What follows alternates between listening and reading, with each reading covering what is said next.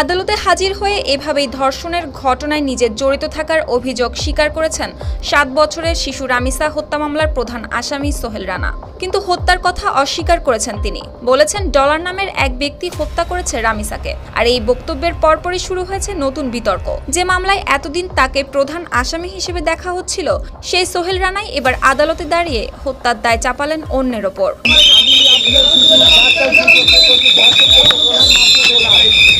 1 June সোমবার ঢাকা মহানগর শিশু সহিংসতা দমন ট্রাইব্যুনালে চার্জ গঠনের শুনানির জন্য আনা হয় মামলার প্রধান আসামি সোহেল রানাকে। এ সময় সাংবাদিকদের সঙ্গে কথা বলতে গিয়ে তিনি দাবি করেন তার স্ত্রী স্বপ্না আক্তার এই ঘটনার সঙ্গে জড়িত নন। রামিসাকে হত্যা করেছে ডলার নামের একজন ব্যক্তি। তার দাবি ডলার মিরপুর 11 নম্বর এলাকার প্রভাবশালী ব্যক্তি।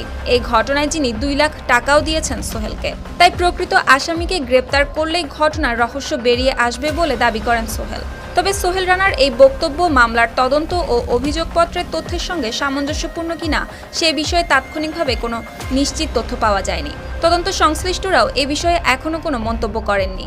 ঢাকা মহানগর আদালতের পাবলিক প্রসিকিউটর ওমর ফারুকি জানিয়েছেন, মামলার সাক্ষ্য গ্রহণ দ্রুত শেষ করার উদ্যোগ নেওয়া হয়েছে। আদালত সাক্ষ্য প্রমাণ ও মামলার নথিপত্র যাচাই করেই পরবর্তী সিদ্ধান্ত নেবে।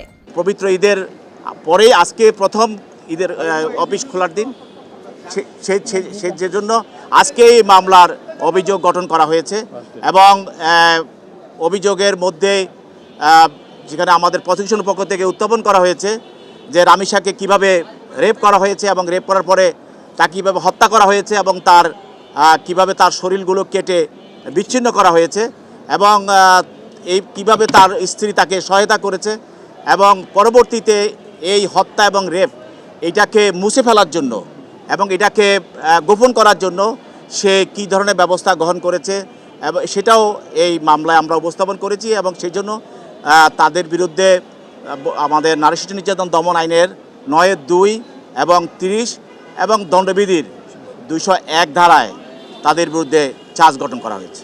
মামলার অভিযোগ অনুযায়ী গেল 19 মে সকালে নিখোঁজ হয় স্কুল ছাত্রী রামিসা আক্তার। পরে খোঁজাখুঁজির এক পর্যায়ে তার মরদেহ উদ্ধার করা হয়।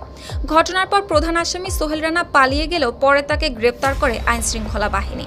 তদন্তে আসামিদের স্বীকারোক্তিমূলক জবানবন্দির বিষয়েও উল্লেখ রয়েছে, তবে সেখানে কোথাও ডলার নামের উল্লেখ করা হয়নি। ফলে সোহেল রানার দাবি কতটা সত্য আর তদন্তে উঠে আসা তথ্য কতটা শক্তিশালী সেই উত্তর মিলবে আদালতের পরবর্তী কার্যক্রম এবং বিচারিক প্রক্রিয়ার মধ্য দিয়ে।